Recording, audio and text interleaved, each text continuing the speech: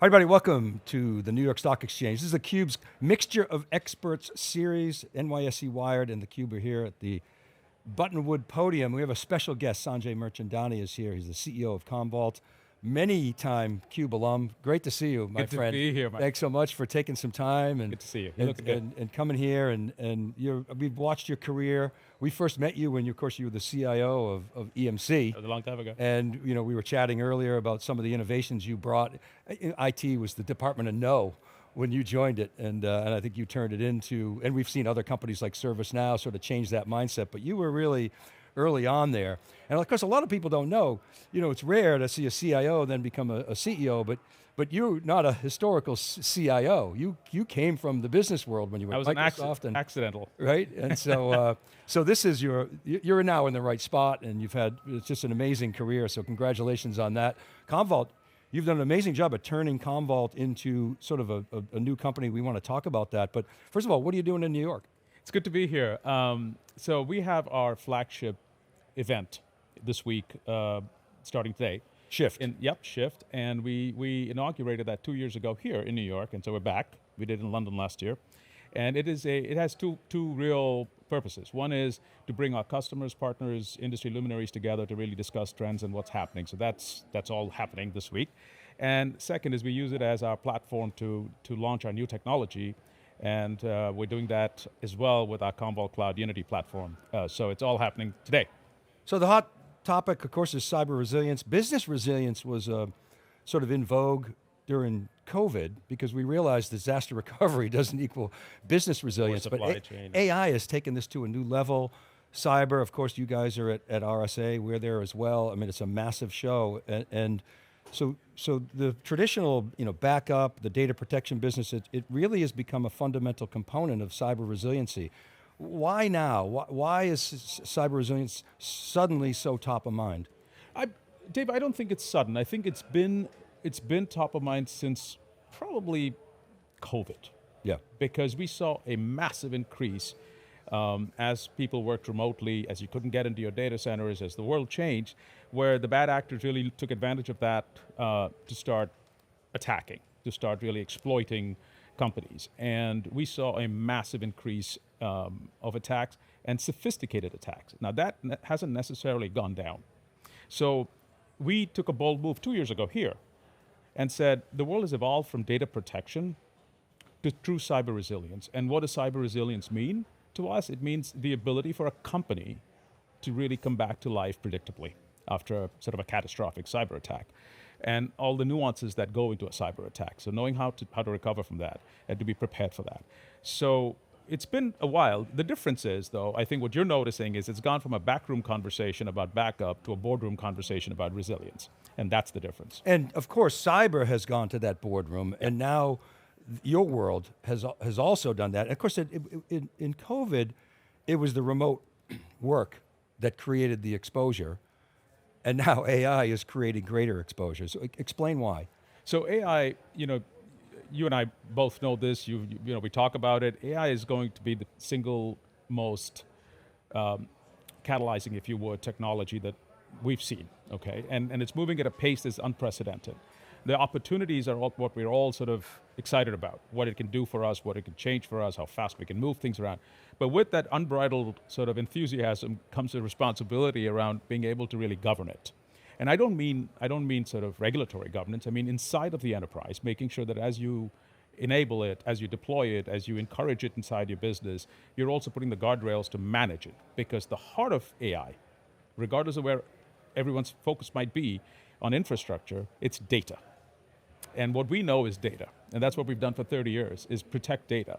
And so this is about really taking data that a company has, which is now further away from where it was ever intended to be used, in AI systems, in lakes, in other places, harness the power of the data that an organization has, but give it automatic guardrails so it's protected while it's being used. And that's the approach we're taking. Now, your peeps, if I can use that term, had traditionally been IT, and that's changing. Cyber resilience is becoming a fundamental component of overall cyber strategies. Yeah. So now you're talking chief security officers, chief information security officers, SecOps teams, DevSecOps teams, those are Yep. your kind of new people, right? Are those worlds coming together? How is that persona shift changing? I think I go back 4 years at one of the earnings that we did, earnings calls where I said the world of data security and the world of data protection are fast colliding in a good way. Because if there's light between those, the bad actors can definitely exploit it. So as the technologies have started coming closer together, and we've been doing a lot of work building out a cyber resilience platform that brings those components together, roles and responsibilities have changed. To your point, there's different folks in different companies that do cyber.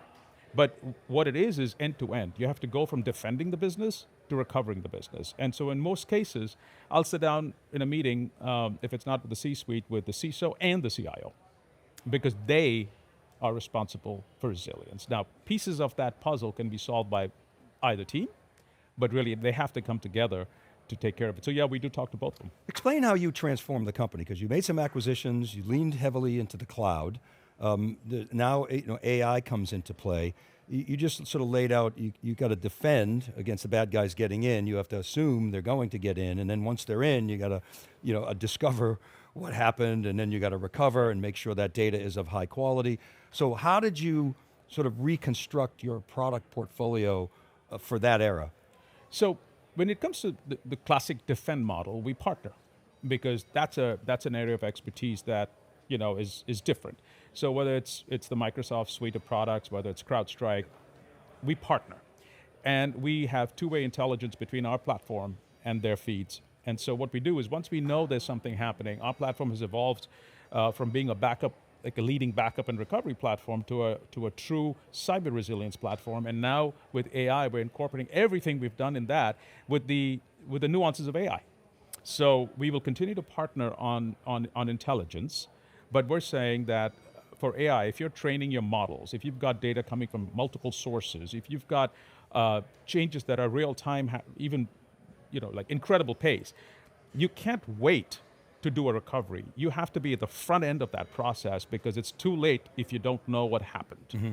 At that point, trying to unravel a complicated, high-speed, high-velocity AI system is probably not the right approach. So what we're doing with the platform is we've taken everything we've learned with cyber resilience, and now we're adding a shell of all the AI capabilities. We built this platform ground up. And what you'll do is you'll see things like through an acquisition we made, say Satori Cyber. Yeah. And what Satori Cyber, for example, does is it's constantly observing what is changing on your structured, unstructured data, on your LLM feeds. And so with policy, with a single policy engine, without geeking out on you, what you can do is preemptively train that and watch for that. And then if you see something changing in your Active Directory, which we've incorporated into this technology, security, you can then correlate that with AI. So in this platform, what we've done is we've integrated essentially security, identity, and the ability to recover. Those things have to come together, and it's not optional. So you'll feed a CrowdStrike security lake or Microsoft or Amazon. What doesn't really matter, any Right. cloud, I'm sure you feed, and that's a two-way sort of interaction. I mean, on the identity, on the security side. on the pieces that that are not your sort of specialization, where you partner. Correct. Okay, and then double down on your platform, because I want to understand where you guys do what you are the best at. Right. Where your partners say, no, we'll let Commvault take care of that. So we've, what we do and have done essentially since we've been a company for 30 years is recover. Our job, what customers pay us for whatever incarnation of the platform over the years that we've had, they've paid us to be their last stop. Everything else has failed, bring us back. And we take that very seriously. So even if my competitors try to portray themselves as something else, at the heart of it, we are proud of the fact that we have the best recovery capabilities on the planet. Those are the roots. And we've evolved it to the point where today it's incredibly applicable in the world of AI, where provenance of your system, all the data, all the changes, all the components have to come back together. And so we've taken that ability and built it right into our platform. We've also taken a huge step forward by saying security. In other words, who touched your data? With Agentic, you have non-human touches, and at and autonomous and moving at a speed that is unprecedented. Who touched it? What did they touch? What did they change? What were the downstream effects of that? Being able to correlate that with privileged access. 80%, CrowdStrike will tell you, 80% of breaches are because of credentials being abused. And so we take credentialing, or identity, we take security, and then we add that to our years of knowledge about how to recover. And we've got thousands of patents. This stuff really works. And so our platform now incorporates all of that. I could spend hours telling you about the keynote. Attend the keynote. You'll see what we're going to talk about. Synthetic recovery, or things that we've invented that people haven't thought of yet. You called it synthetic recovery? Yeah, Why? yeah. So that you can actually test and run Dave, simulations? here's a problem that's been a problem for years on recovery. If you were cyber attacked and you're trying to do forensics and you're following the breadcrumbs, and it can take you weeks to figure out what happened, you can't just wait as a business saying when they figure it out, we'll know what to do. So everybody tries to experiment with recovery. Okay, maybe it was then, maybe it was here. Let's take this back up, and you end up usually having a dilemma. Either you go, when you have a really clean backup, and you say, but that was 2 weeks ago, or you look at the backup you have from yesterday and you go, but that may be tainted. So our engineers who live and breathe this stuff said, what if I took this, and I took this, and I sliced out the middle, and then we go fix the middle, and we did it all with AI. So our Metallic AI underpinning says we're synthetically creating a recovery point for you, and then we're spinning up a cloud, a clean room in the cloud for you, zero trust environment, in any cloud of your choice, and we'll start the recovery process. And so while people are trying to follow the breadcrumbs and figure out what exactly happened and when, we're giving you pretty good AI-enabled, fully automated capability. You say, Dave, I think you'll be okay with this. You're missing probably this. We've quarantined it. We'll scan it. We'll test it, maybe clean it, and bring it back to you. So the business can get back to life. So you pick a safe recovery point and then focus on the potential area that was damaging to the business, tainted to the business. And then you're saying you use AI to do that. Is that, what kind of AI? Is that like a... We've branded it Metallic AI. Yep. That's our platform. That's our AI Sure. intelligence capability, which powers all of this. And so here we go. And so the ability to really understand what happened, understand what's clean, understand what isn't, threat scan it. So we scan it using AI, different components within our AI intelligence process, and give you a pretty good recovery point. At the end of the day, you as a CEO, Dave, can't wait for the investigation to finish. You have to get your business back to life, and this is what we're trying to enable. So you just heard the test bell. It's a little early for the bell to ring. We'll get it in a minute. I want to ask you about your platform, because you said something that caught my attention. You built it from the ground up. These days, platform beats product. CEO, you want to have a platform so you can, grow the value of your company and deliver, for your customers. What do you mean by platform? How did you build it from the ground up? You've made acquisitions. How does that fit into the platform? Sure. What makes it a platform? I think since our first release of Commvault Cloud, we've had a platform, but it was focused around recovery. It was focused around cyber resilience. Now with AI, we believe one size doesn't fit all. The way you recovered an application stack from when I was CIO looks a lot different than virtual machines 10 years ago to a cloud-native application you built yesterday that runs entirely in the cloud. You can't use the same technology to do that. Now, the reason we rebuilt the platform again was because of scale. We've always been a scale company, and with AI, scale means a whole different thing now. And so we kind of went back and built it completely cloud-native, transparently scalable. We've got patents in our ability to really build this thing out, and we give customers this platform. And if you're a hybrid customer, which a lot of our customers are, we have our Hyperscale X technology. You plug it in, you dock it, basically like you dock it, and it connects to our Commvault Cloud Unity platform, which is the big announcement we're making. And from that point on, you have access to all our technology, whether you're an on-premise customer, a cloud-native customer, or on the edge. The beauty of that is, they're telling me to go. Testing. That's funny. The beauty of that is, it's absolutely seamless, and it is a platform, and it's been built for scale. So in the AI era, it's all about scale. Bit parts won't work. So you had to kind of retool for cloud native, but then Gen AI comes along. Yeah. Now the buzzword is AI native. Yeah. So how do you, you could build on cloud. Cloud's probably the best place to build AI native, but how have you built I want to hear more about Unity. How have you built AI into Unity? Yeah. What does it mean to be So AI? I'll tell you something that might amuse you, and you'll see it in my keynote. But people have said, oh, we've all fixated on UX. What is the user interface? How modern is it? How easy it is? How enabled is it? And then Gen AI comes along, and everyone wants a prompt, right? And so you blows away the you want to traditional you want UX. to you want to do this. So we built both. So we've given you both. You can have a conversation with the power of our platform in a conversational way and say, hey, which jobs failed yesterday? How many, what is unprotected? This is a big question. Customers say, how do I know what's not protected in the cloud? Yeah. It's easy to sprawl. Yeah, right. And we'll just tell you, conversationally, this is not protected. Would you like to protect it? And would you like to apply this policy because this workload looks just like this? And boom, you're on your way. And from that point on, you're on your way. So what we've done on the platform is really invest in our Metallic AI engine, which takes anomaly detection that we've known well. Now we've built some technology around encryption capabilities, and just taken that whole detection to another level.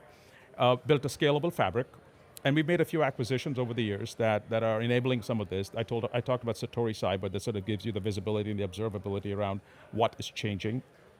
We bought a company called Plumio that gives us incredible depth on anything S3 related, and S3 is often the underpinning of any big AI system, the data, and so we've got incredible capabilities there. We bought a company called Appranix. The product is rebranded as Rewind, and it does exactly that. You click a button and it rewinds a cloud-native app, all of it. Data, metadata, and everything that makes up the app. So we've incorporated all of that into this platform. And of course, our own innovation engine is as robust as it ever was. So when you look at the speed of what we're bringing this platform to market, I think we're ready for the AI era, as you put it.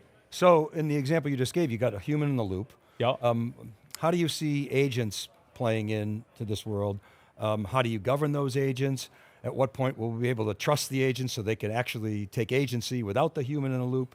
Maybe you don't ever want that, but maybe someday that happens. Trust but What are your thoughts verify. on that? Trust but verify. Okay. Agents I think they're going to be, they are, and they'll continue to grow. You're going to give them more power. They're going to be more autonomous. They're going to be more non-human elements of agents that evolve, and they're very powerful, done right. So you can't be unbridled about it, but you have to be, be thoughtful about how you do it. So we just released our first MCP server, which allows customers to use our capabilities without logging into our UI. So as much as we love the new UI, some want to use conversational ability, Gen AI type approaches. So agents are real. I think they're going to continue to grow, but you have to be careful because they're incredibly powerful, and the enthusiasm can't outpace the carefulness. So with the new generative sort of conversational interface, how does that change the day-to-day activities that your customers perform? Does it free them up to do other things? Of course, agents are bringing new risks. How do you see that whole thing changing? I think the whole generative AI and agentic AI as a part of that is definitely, our goal is to, first and foremost, we're using these capabilities in effectively three ways. One, making it easier for you as a customer to get up, running, and protected. So as much of AI as I can give you, I can prompt you, I can give you best practice, I can help you self-heal, and build that capability right into the product, the better you are as a customer for us and for you. Number two, can I protect your AI workloads? Getting back to our roots. All the components, vector databases, all the S3, all the things that make up your app, do we have the best recovery capabilities for your componentry? Absolutely. And the third is, where I'm personally super excited, in fact, they're allowing me to demo this. They're allowing the CEO to demo this. They won't let me demo anything. We've put a lot of our energy into recovery, because at the end of the day, what you as a customer want me to do is give you recovery, help you when everything else fails. We're taking that to another level. We're saying it's not about a passive recovery anymore. It's about an active capability. So you have to be constantly observing AI systems so you can recover them intelligently. So in real time, essentially. In real enough time. Yeah. I mean, real time. I guess compressed, dramatically compressed time. I mean, it's not passive anymore. Yeah, right. It's not okay. Everything's failed, so let's go there. No, this is telling you what's changing, so you can prevent it, hopefully, or at least adjust to it. Who do you sell to now? A lot to traditional CIOs. Traditionally, we've sold to CIOs, is what I mean. CISOs, and we're having a lot of conversations with audit committees, boards, C-suites that are making these decisions on resilience for the business and not just what used to be a protection conversation. Okay, so the roots of the company, backup and recovery, what is Commvault today in this AI era? You know, you've known us for a long time. We started out as a backup and recovery company that evolved to a data protection company because data types changed. And we evolved that 2 years ago.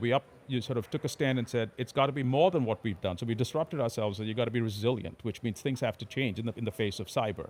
We're changing that again. We're almost challenging ourselves and saying, but in the era of AI, what worked then may or may not work the same way. For sure, there's better ways to do it. And that's what we are. So at the heart of it, we continue to be a protection company. We're proud of it. Those are our roots. We got thousands of patents on this. We invest heavily on it. But now we're evolving it to help customers really come back to life as a resilience company, and that's what we focus on. Well, Sanjay, congratulations on your career and what you've done at Commvault, and best of luck in the future. And Thanks you, Dave. so much for coming on. I and you appreciate guys. that. Thank you. Thank you. And thank you for watching this Mixture of Experts series. I'm Dave Vellante. John Furrier's also here from the New York Stock Exchange, NYSE Wired, plus theCUBE. We'll be right back right after this short break.